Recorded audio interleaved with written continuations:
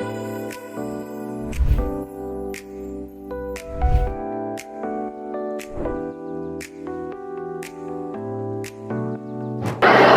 ma'am. We have you. We have your lovely books at BooksWagon. How do you like our ambience?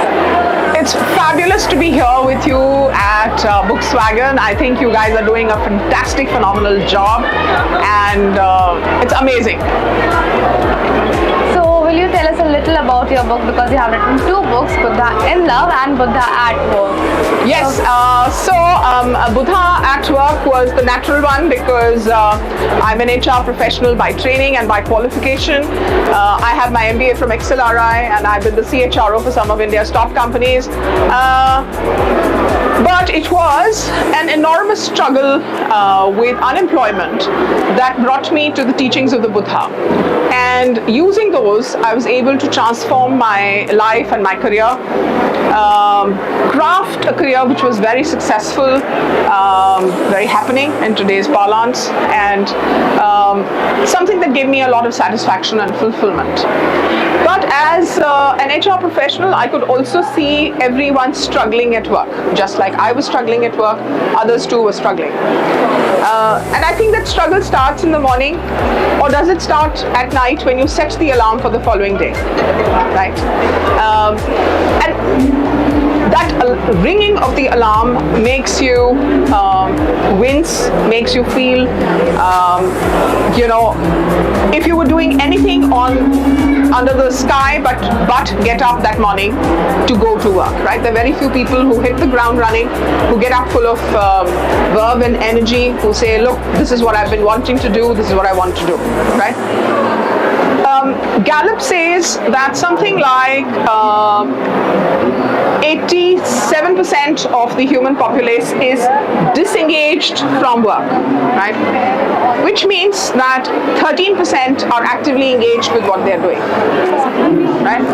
That's a very, very small percentage of people who are at work and yet struggling to find purpose, struggling to find happiness and fulfillment at work.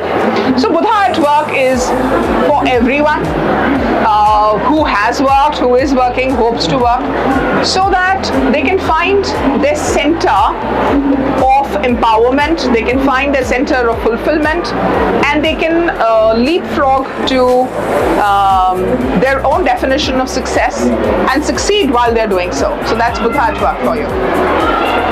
So, ma'am, Buddha at Love sheds a light In on, love. Yeah, In love. In love. Buddha in Love sheds light on Yashodhara's and Buddha's relationship, right? So, No.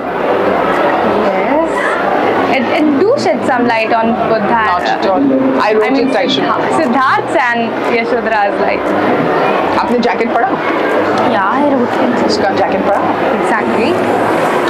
So I think I'll take you back a step into Buddha in Love, right?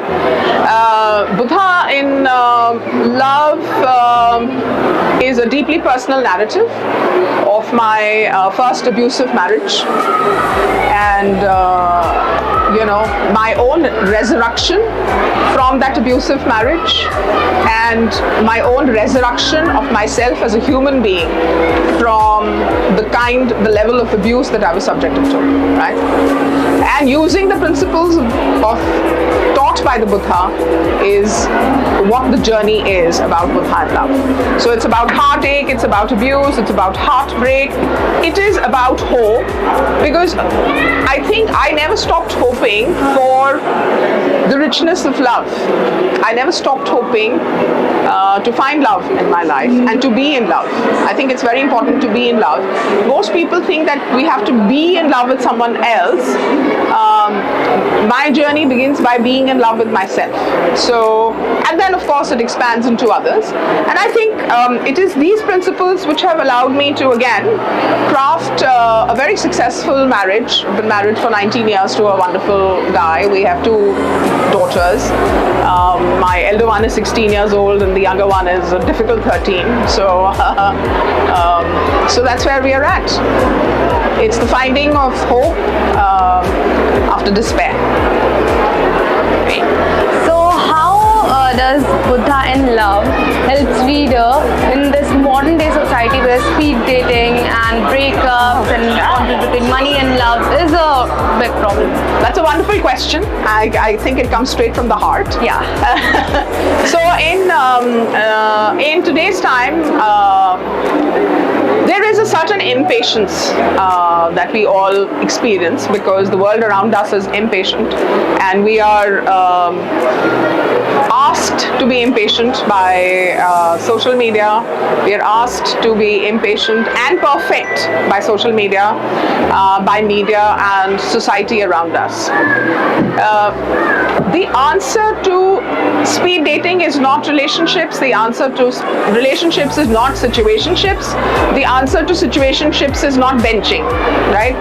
So the answer to speed dating is to slow down. I met my husband online. You know, we had a blind date. A friend set us up. Yeah, so a friend set us up, and I met him on a blind date. And I think that's perfectly fine. The idea is to be neither desperate nor needy, nor impatient with love, because you cannot be. To find love, you have to first embark on a journey of preparation, right? So it's like, and pardon me if this is my HR self coming out here, the journey to finding your dream job starts with your qualification, it starts with your experience, and it starts with your passion. Similarly, the journey to finding love starts with your preparation on yourself, right? How prepared are you emotionally? How prepared are you in your mind? So it's a mind, body, spirit element that helps you to find love, not speed dating. You can find it through speed dating. I have nothing against it. I'm all for it. So ma'am, what is the one key takeaway from Buddha at work for professionals who are struggling with stress and burnout at their work life? Yeah. So I think I would like to convert that cleverly into several takeaways and club it under one. Of course, the first one is read Buddha at work. Having plugged the book, let me also say that the journey begins with our definition of success. We have bought into the world's definition of success for far too long. And that definition of success from the world is all about doing more, getting more, and having more. Buddha at work is about being more. And that is the definition of success, to be more, not necessarily have more, get more, do more. So my next question would be from Buddha in Love. So as you have said that, speed dating and all, how does this book help the readers, and how do you think that psychology plays an important role? And nowadays, when you have every other screen with some reels and attention span is getting so short, so how does this book help with that? Right. I think people, my readers who write into me, sort of swear by, of course, both Buddha at work and Buddha in Love. But Buddha in Love is about well-being. Buddha in Love is about your relationship with yourself. And it is a journey. It is not a destination. It is a journey.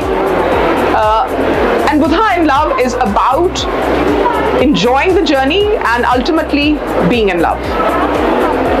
Lastly, I would like to ask you that, is there any success story or some reader may have come to you telling you about the book? Does that impact your writing style and you as an author? Does this impact?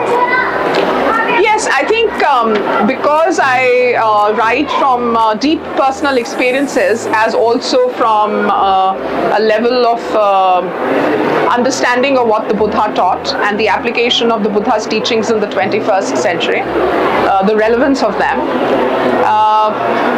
In Buddha in Love, I thought I spent far more time